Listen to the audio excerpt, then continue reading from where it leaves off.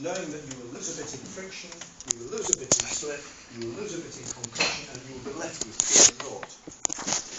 But as a designer, you calculate P naught and try and work out what P max you've got to have to guarantee it. So that's that, if you like. If I can find some more of these glorious technical chalks, so thrilling.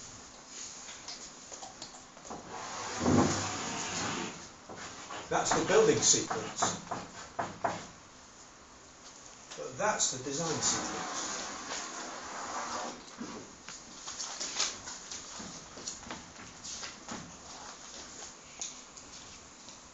Because that's the thing that you know, that's your target, the thing that you've laboriously drawn the Magnum diagrams in order to calculate.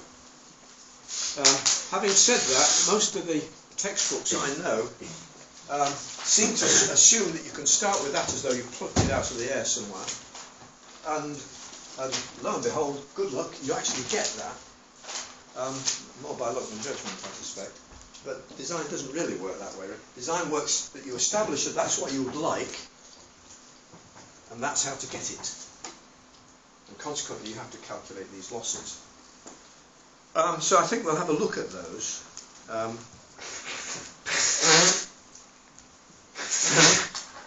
Now then, this one you calculate first.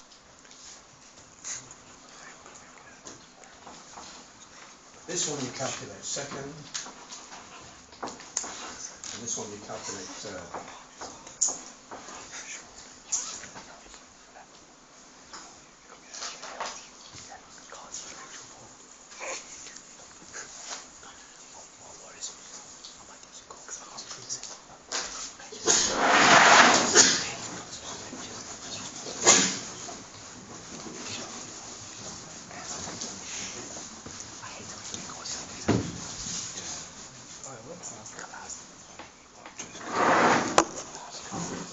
Now there's an elaborate worked example in the notes, but I think we'll have a look at the one in the exam paper, which is just as much fun in its bizarre sort of way. Trying to record the board. Sorry? I was trying to get the recording of a board. The board. So if we look at Design 3 in 2009.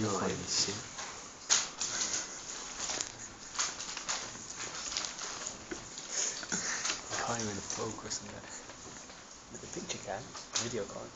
You were given a cross-section, and in order that you didn't get bogged down, I'd worked out all the I values and the section moduluses for you and so on. Section moduli? Yes, I'm not quite sure. There's a marvellous story told of Cambridge, which used to have, as Cambridge has, a sort of elite mathematicians group who sort of taking each other's intellectual washing, you know, and sort of prance about and ponce about, you know, we are the best mathematicians in the world, and so on and so forth. They have meetings at which the great and the good are invited, and they send out a notice in advance. And somebody sent out a notice saying that they were invited to a meeting in June in which they would discuss certain conundra regarding pendula. Conundrums regarding pendulums to you. Oh, yeah. Conundra regarding pendula. And somebody wrote back and said, since it was so late into the summer and the weather would be nice, he could think of better things to do than sitting on his room with in a room with lots of other people sitting on their bar doing SAR. Backside's doing. There you are, you're not all that in a sight, sitting on their bums doing SARs. Anyway, whether it's whatever it is, I've given you all the properties in the question. Let's see what it says. It says that you're aiming for a force of 1538. So what the question tells you is... I bring milk in. Yeah, bring coffee and whatever. Don't like that. No one else seems to. You could get one of those little kissing you could buy for a couple of pounds, it's just tiny, a little. But this one was spare in my house. No, just put the right amount. So you're told that, you're told the section, and you're asked to calculate the losses.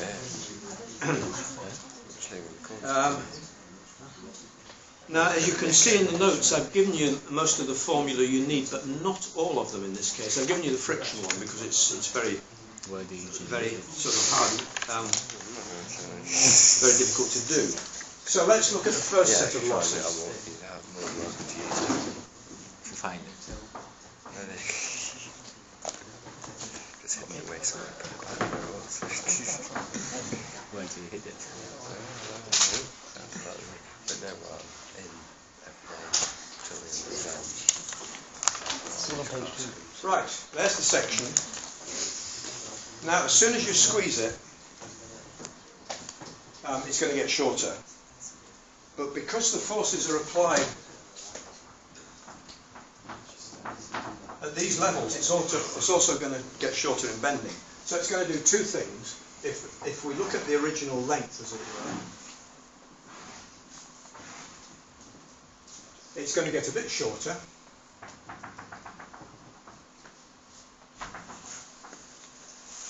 And the other thing that's going to happen is that the pre-stress is going to bend it. What's the pre-stress going to do? Which surface is going to get longer?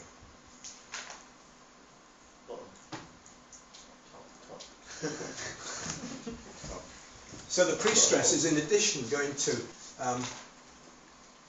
so that's compression, just due to squeezing it.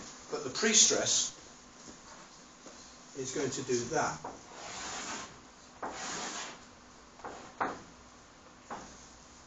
And obviously the same at the other end.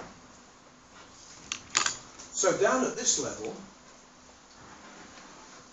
which is the level of these, and down at this level, which is the level of these, everything is going to get shorter both because it's being squeezed and because the section is being bent.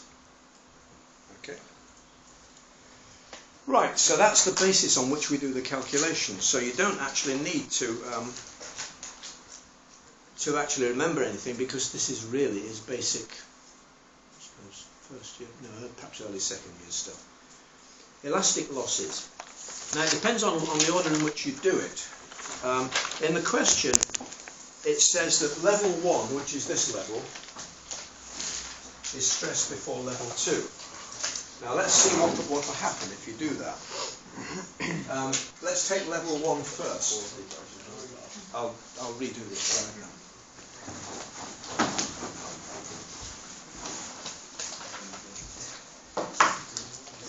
If that's the original length, let's say at level 1, then as soon as you stress it, it's going to get shorter, yeah, because you're squeezing it, because you're bending it. So when you stress this level, which I'll now do in orange, you'll end up with something about that long.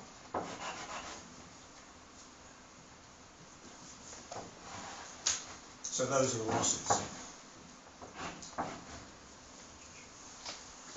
Now, also threaded through the duct, you've got cable 2. What will happen to cable 2?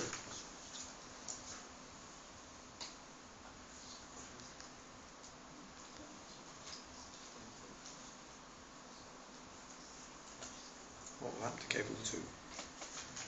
Which one's stress first? 1 is pre-stress first. Oh. So what's going to happen to cable 2? When you pre-stress 1, what's going to happen to 2? It depends if it's attached to it. Nothing. Because if you haven't anchored it, it's not going to move with the concrete, it's just going to slip, and the concrete will slip past it. So stage 1 will shorten this cable, but it won't do anything to that one at all. Right.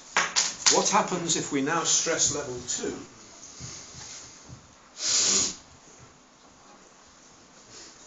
This one will get shorter. I don't know by how much, let's say that much.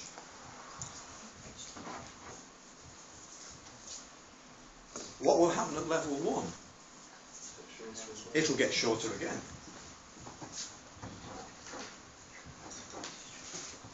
So that's the losses due to pre-stressing 1. That's the losses due to pre-stressing 2. And down at the bottom, that's the losses due to pre-stressing 2. Now then, that's the lossings at level 1 due to pre-stressing level 1, is probably the best way to put it. That's the losses at level 1 due to pre-stressing level 2. And this is the losses at level 2 due to pre-stressing level 2. Get the idea? Now, obviously, the thing to do is to calculate that first. Because if you calculate that, you can calculate that. And then you can go back and calculate that. So you do the calculations in the reverse order to the order in which it happens, if you like. So there we are. Level 1 is stressed before level 2, it says in the solution, but the analysis is performed in the order 2-1.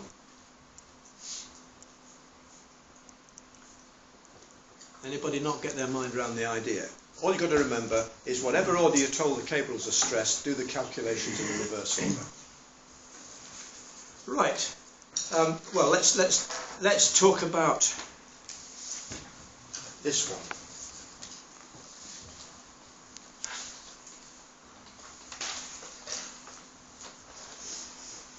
The first thing we do is we work out the concrete stress. So if we've got some force P2, then the concrete stress is going to be load over area plus bending moment over section modulus, isn't it? The load is P2, the area is 43.625. The bending moment, now then, let's have a look at this.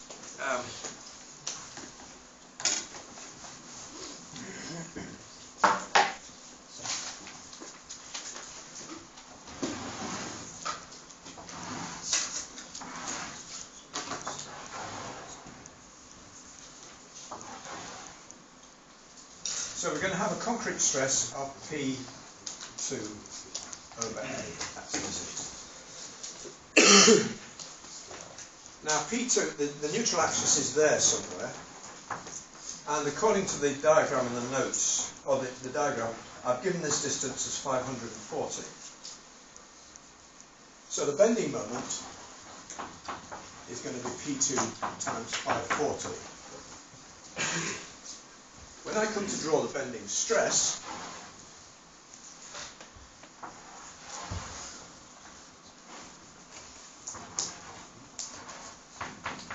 stress is my over I, like it always is in bending equations in a beam. We're talking about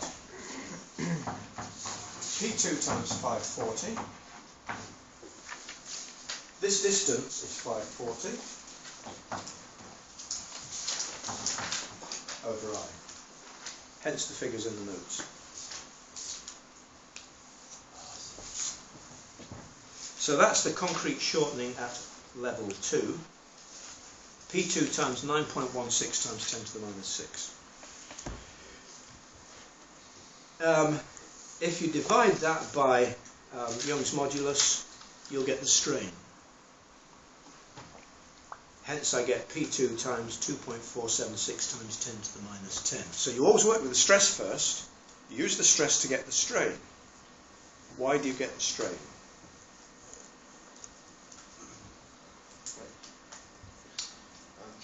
You need to work out the change in length. Yeah, well, you've got the strain is the change in length.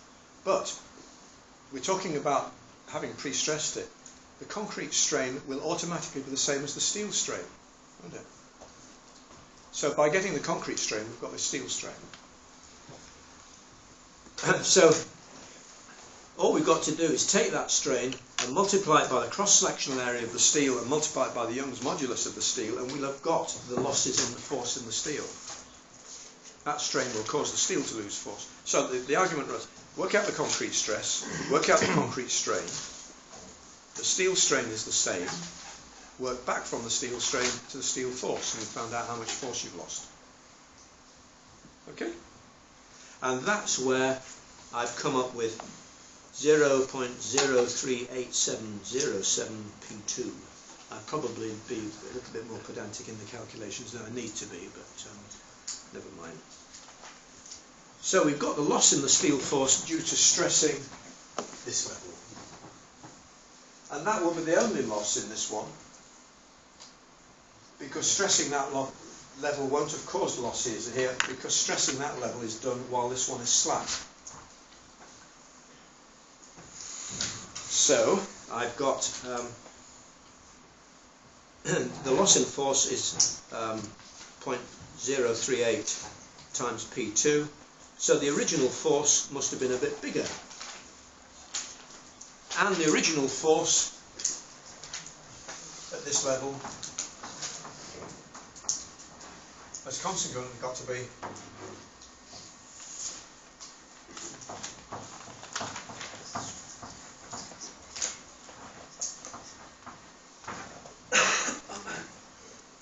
because if you start off with that force, then by the time you've squeezed it, you'll end up with that force.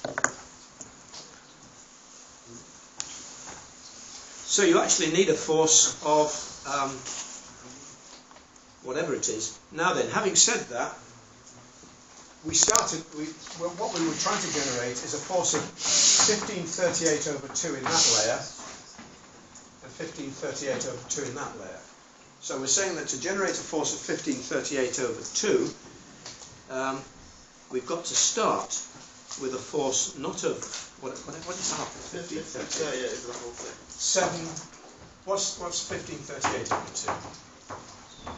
769. Yeah. Yeah.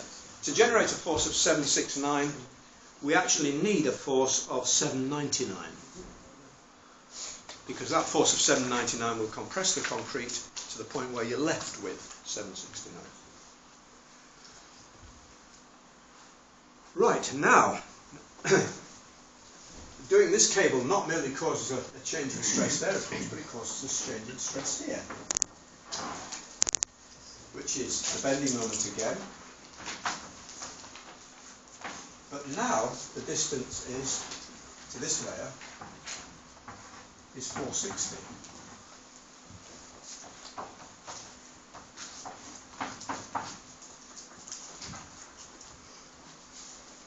So not merely, when I stress this cable, not merely will I cause change in stress there, I will cause a change in stress there as well. So the next thing I've calculated is the stress at level 1 due to P2.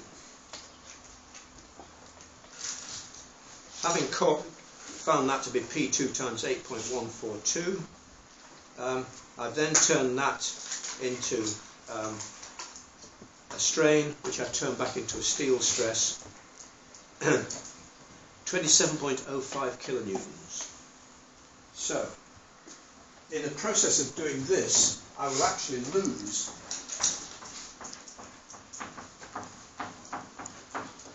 that much steel force at this level as well.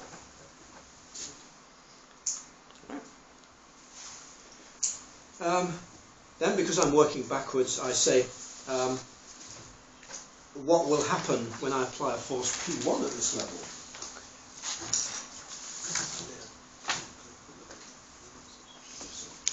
So, let's have a look. P2 will have lost 27.05, but there will also be losses induced by what I've called its own elastic effects. So now what I'm looking at is what I've done so far, if I stick to this colour system, is I've calculated that effect and that effect. But now I'm going to say what happens when I calculate that effect. I will have another effect to add on here as well. Won't have one to add on here, because when I stress 1, 2 isn't bonded. So elastic effects at 1 due to P1. Our load over area, and this time the bending moment is going to be P1 times 460, because P1 is applied at this level. So this effect is going to be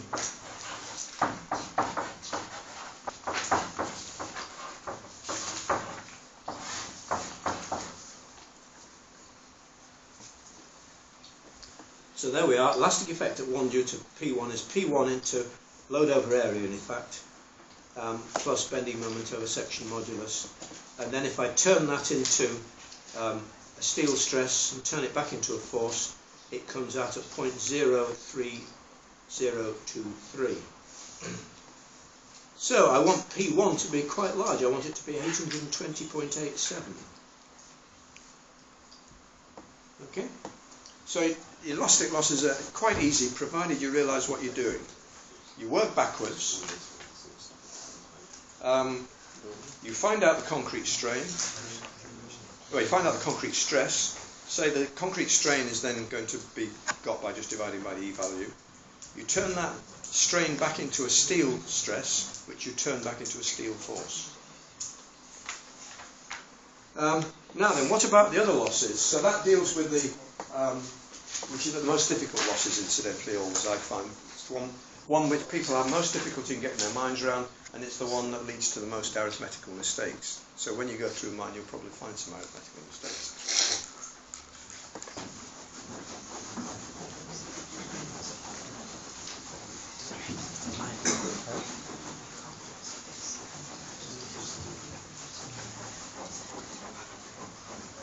Now the next category of losses is anchorage losses, and they don't occur until you bang the anchorages, and they only occur once. So it doesn't matter what order you're stressing in.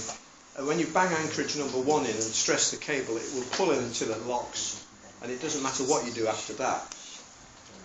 The losses are fixed. When you bang number 2 in, there will be losses in number 2, but it won't affect number 1 anymore because it's already locked tight anyway. So the losses are independent of level. So why don't you do it for each level then? Sorry? Why don't you do it for each level? Because here you only do it for sort of one layer. Because it'll be the same for the other one. Oh. And I think in the exam question I probably said at this stage, don't do it all because it'll take you too long, I think, or something like that. Assuming a drawing at 4mm due to calculate the anchorage losses, yeah, well the point is it's the same whichever layer you're talking about. So I've said it in the solution. In the other calculations, P1 and P2 do not interact, and we can consider P1 only, because if we consider P1, P2 is going to be the same. Anchorage losses, there are various figures quoted. I've suggested in the question paper that you assume that when the anchorage pulls in, there's about 4mm of slip before it locks tight. So the strain is going to be 4mm over a length of 14,000, which is the length of the beam. From the strain you can get a stress, from the stress you can get a force, from that you can get a loss in force, and it looks as though you lose 43.9 kilonewtons just. You pull the thing tight, bang the anchorages in, and by the time they've locked tight, the cable's shortened because it's pulled in with the anchorages. And you've lost another 43.9 kilonewtons straight away. So that's fairly straightforward, I think, yes. And the third one is friction loss. And friction loss occurs at the beginning. Because if you've got a duct like that, and you thread a cable through it,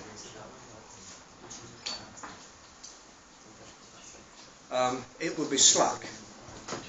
As soon as you start to pull this and it starts to stretch, it will develop friction along these surfaces as you're trying to stretch it. And there is a formula for friction losses, which again is elaborate and complicated. So in the exam paper I've just quoted it, and in the notes I've quoted it, although I think those of you who were in the class, I actually derived the theory of where it comes from, didn't I? Is anybody there? Yeah. But basically in the exam paper I just quote it. That it's the loss in Pmax is Pmax into 1 minus e to the minus mu theta plus kx. And I've defined what mu is and k is. So the third loss is fine, but what you've got to distinguish, what you've got to establish is that if that angle's theta 1 and that angle's theta 2, then the change in angle that you're going to put into the formula is obviously the change in angle from one end to the other. And you've got to do a little bit of calculation to do that. The best assumption, and the most straightforward assumption, is to assume that this is a parabolic cable, because after all that's the whole point, that you put the cable in parabolically to counteract a bending moment that's parabolic. And what you really want to do is be able to calculate the slope of the parabola at that end and the slope of the parabolas at that end. In this case, of course, they're equal, not really, but the same size. So what we basically want is we want the equation of this parabola,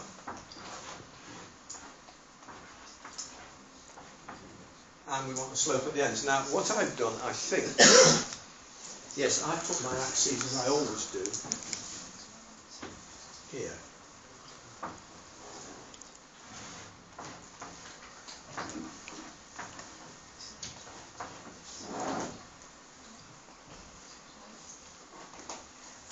Now, the next thing is theta really that or not? It's a good question, a moot question. Depends on whether you jack it from both ends or one end. If you anchor this end and just pull that end, oh no, let's anchor this end, it's easier. Let's anchor this end. If you just pull that end, then you'll get friction around the whole of there. Yeah. If you pull both ends, then the friction will develop there and there. Probably the best compromise is to say, well, what I'm interested in, because I've been doing everything else, is I'm interested in designing what happens at the centre line, because after all that's where I've done all the bending moments and everything else.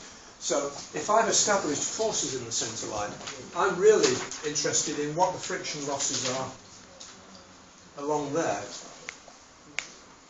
That if I pull this, how much force am I going to be left with at mid-span, as it were? So basically, I'm really interested in that. So we assume it's jacked at both ends? It depends on how they do it. Usually they fix one end and do all the pulling from the other end. Yeah. Now that means if you fix this end and do all the pulling from that end, then there's a small amount of friction loss which gradually builds up, not till it's very large at this end. Yeah. The alternative is to pull both ends at once, in which case there's half the friction losses there, half there. But the trouble with jacking from both ends is it's very difficult on site. You've actually got to synchronise the jacks. And it can be done, but it's not terribly popular. So they always jack from one end. So basically, if I anchor this end, there will be zero friction loss there, half the friction loss is there, and a maximum friction loss by the time I get to this end. Right? But what I'm really interested in is what happens there, because I've designed everything else there. So I'm interested in how much is the force going to deteriorate between there and there. Right, so let's have a look. Parabola. Now, the basic equation for a parabola, I mean, I know you all did lashings of this at school.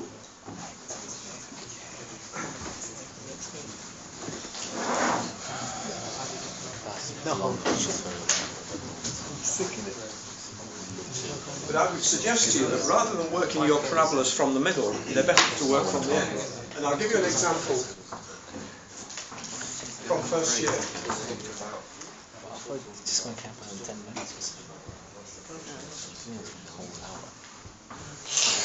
It's too long now. 1 hour. What's the bending moment there? It's got nothing to do with pre-stressing this. What's the equation for bending moment there? It's the force.